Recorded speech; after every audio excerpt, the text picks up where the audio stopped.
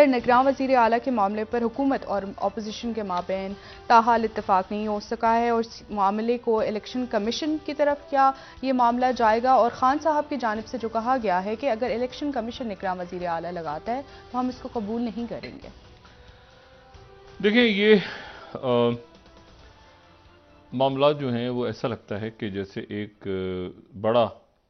आइनी बहरान कहें, माशी बहरान कहें, इसको इसको सिक्योरिटी क्राइसिस कहें, इसको आप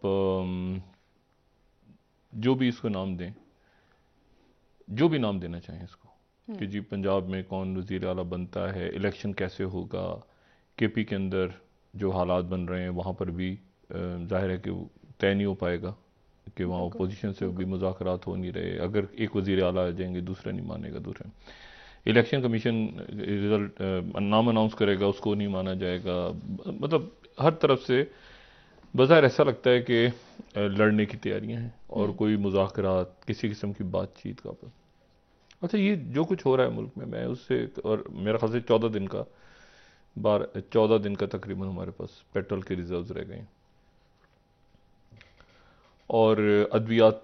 जो हैं वो उनकी शॉर्टेज होनी शुरू हो गई है। यानी अभी जो बड़ी बुनियादी दवाइयाँ हैं उनको भी आप लेने जाएं,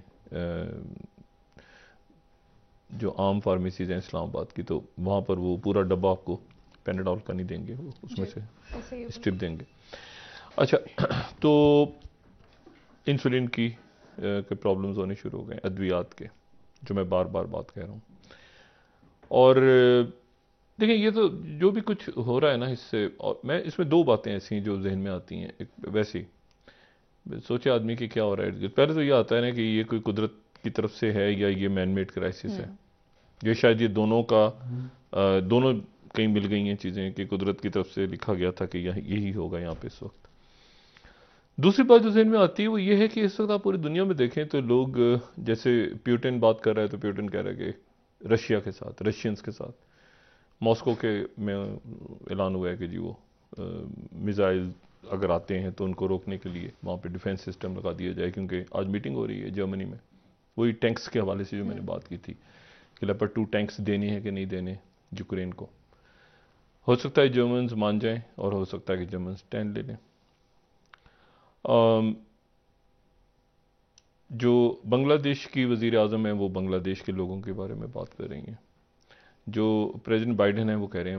अमेरिकन इंटरेस्ट। हर मुल्क, आप कबीलों में चले जाएं, इसको आप रियासतों के लेवल पे चले जाएं तो ये बात हो रही है स्कॉटलैंड या कैलिफोर्निया के, जो आप कबाइल के लेवल पे चले जाएं तो उस कबीले का एक कबीला दूसरे कबीले के साथ उसका इस बात पे झगड़ा हो रहा है कि जी सरदार कह रहा है कि ये मेरा कबीला है, ये मेरे लोग हैं। शायद इस रुए ज़मीन पे ये पाकिस्तान इस वक्त एक ऐसा वाहिद मुल्क है जहाँ पर अब ये बात भी नहीं हो रही कि जी ये मेरे लोग हैं, मेरा इलाका है, मेरा कबीला है, या मेरे मतलब कोई पार्टी अगर जो है वो केपी से है तो सोचे कि ये पेशावर है, ये तो हमारे लोग हैं। कोई कराची या हैदराबाद या लाहौर या गुजरात या कोयटा, मतलब एक होता है ना कि ये यार मेरे लोग हैं यहाँ पे, ओनरशिप नहीं, कोई इस वक्त कोई किसी का नहीं है ऐसा लगता है। और लोगों का तो छोड़ दें, इस वक्त भाई भाई से लड़ रहा है। ये मैं आपको फैसला करने वाले ऊपर अपर जो काबरीन के लेवल पे भाई भाई से लड़ रहा है और कह रहा है कि खबर लगा दो लेकिन हमारा नाम ना लेना। और बच्चे बाप से, बाप आगे, ये कजन्स आपस में लड़ाइयाँ, और वो एक ऐसी सतह पे चले गए जैसे कि मतलब मारो या मर जाओ। तो ये दूसरी बात देखिए हैरत होती है कि मतलब इनसे मैं क्या बात करूं किसी से कि जी एलसीज नहीं खुल रही, आईएमएफ में हम जाएंगे तो जा रहे हैं कि नहीं जा रहे, कब होगा, कैसे होगा, आगे महंगाई बढ़ रही है, मैं इनसे क्या बात करूं क्योंकि ये तो एक दूसरे से लड़ रहे हैं आपस में। मतलब ये मेरी बात क्या सुनेंगे, मतलब ये किसी की बात क्या सुनेंगे। वो टाइटैनिक अगर फिल्म देखी हो किसी ने, मूवी, तो टाइटैनिक जो है उसका अगर जहाज अगर उसकी पिक्चर हम देखें ना टाइटैनिक की, तो उसमें फौरन जहन पे जो है ना आपके वो आता है जो ऑर्केस्ट्रा बज रहा है अपर डेक पे, अपर डेक पे ऑर्केस्ट्रा, अगर मूवी के अंदर, और ऑर्केस्ट्रा बज रहा है, खाने सर्व हो रहे हैं, लोग डांस कर रहे हैं, और आपको अपर डेक यानी ऊपर की उसके गाने फिल्माए जा रहे हैं, सारा कुछ। अच्छा, उस फिल्म को अब अगर आपने देखा हुआ पहले, तो उस फिल्म को देख के आपके कहीं जहन में ये नहीं होगा कि इसका कोई लोअर डेक भी है। यानी वो लोग जो नीचे जहाज में सवार थे, जो ऊपर वालों को खाना दे रहे थे,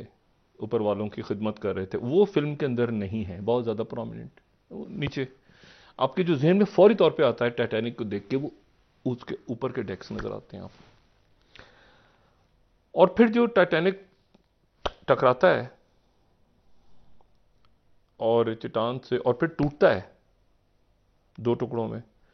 तो आप देखें सबसे पहले जो लोग गिरते हैं वो अपर डेक से गिरते हैं। जो ऊपर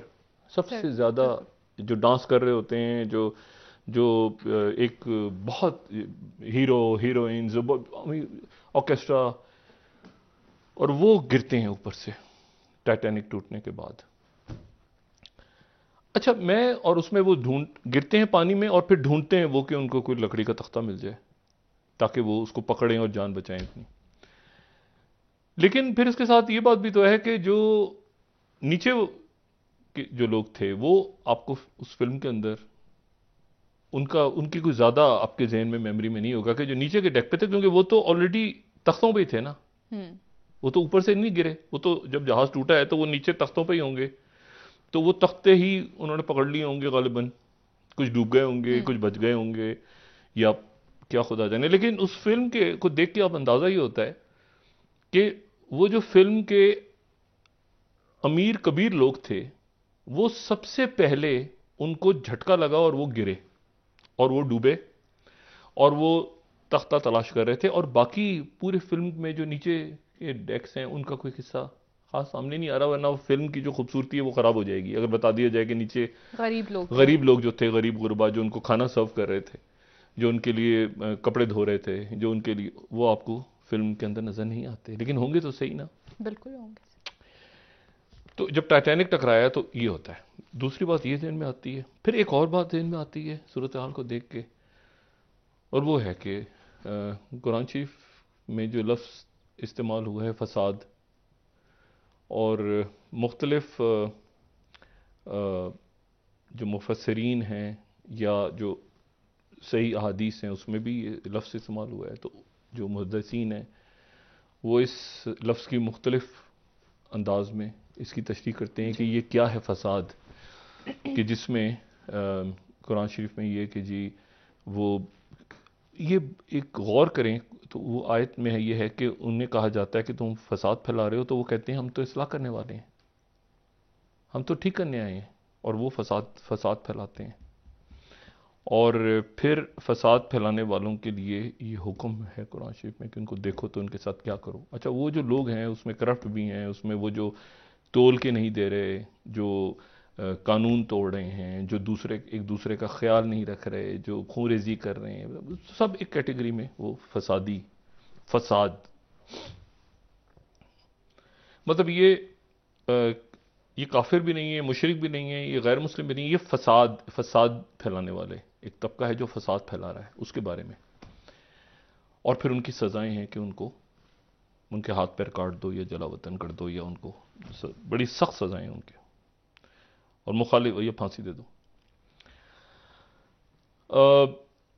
अब बात ये सारी कि मैं नहीं जानता कि हम किस कैटेगरी में हैं, क्योंकि उसकी मैंने वजह ही बताई ना कि बिल्कुल इस वक्त जो है वो ये फसाद है, या ये जो है ये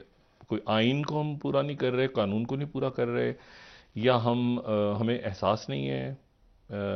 या ये वो नफ्सा नफ्सी का जो दौर है ये वो है जिसके बारे में हमें बताया गया बहुत पहले, ये क्या है। और उसमें आप ये देखें ना कि अब आने वाले दिनों में, आज मतलब है कि एयाज सादिक साहब ने मुआहदा साइन किया, उनसे रशिया का डेलीगेशन आया हुआ था जी। प्राइम मिनिस्टर गालिबन आज भी लाहौर में ही है शायद। अब कोई पूछ नहीं सकता कि कहाँ पे है हुकूमत, जो मैंने कल भी बात की थी, क्योंकि अब बिल्कुल ऐसे ही है कि आप जाके दीवार से बात करें कि यार आप ऐसा करें, आप ऐसा, अब सब जो है वो अपने कोई हाल मस्त कोई माल मस्त, और नीचे जो लोग हैं जो एक्चुअली जिनके बारे में गालिब इम्कान यही है उस टाइटैनिक को अगर देखा जाए कि वो उनके पास तख्ते तो रह जाएंगे ना आखिर में, और ये टकराएगा जब भी टाइटैनिक अगर, तो ऊपर वाले तख्तों के लोग गिरेंगे। तो बात ये सारी कि अब इसमें मुख्तलिफ अफवाहों की जद में है इस्लामाबाद, फाइनेंशियल इमरजेंसी, और उसमें इलेक्शन होगा नहीं होगा, इलेक्शन कमीशन के पास पैसे भी नहीं हैं, मुल्क के पास पैसे नहीं हैं, एलसीज नहीं खुल रही, कोई जवाब देने को तैयार नहीं है किसी किस्म का। और उसमें अब ये मसला जो है ये बड़ा अजब सा हो गया है कि मतलब अब केयर टेकर अनाउंस होगा रात को, तो उसके बाद जो है वो अगर तस्लीम नहीं किया जाएगा तो फिर इलेक्शंस की तरफ हम जा रहे हैं, किसी और तरफ जा रहे हैं। लेकिन ये बड़ी बदकिस्मती है इस वक्त, और ये बदकिस्मती इसलिए है कि ये मैन मेड क्राइसिस है, MEN, ज़्यादा, एक से ज़्यादा लोग, और ये फौरी तौर पे भी नहीं हुआ, ये बरसा बरस से फिर एक जगह ऐसी आ जाती है जहाँ जाके आप रुकते हैं और कहते हैं कि यार ये तो हमारे अमाल की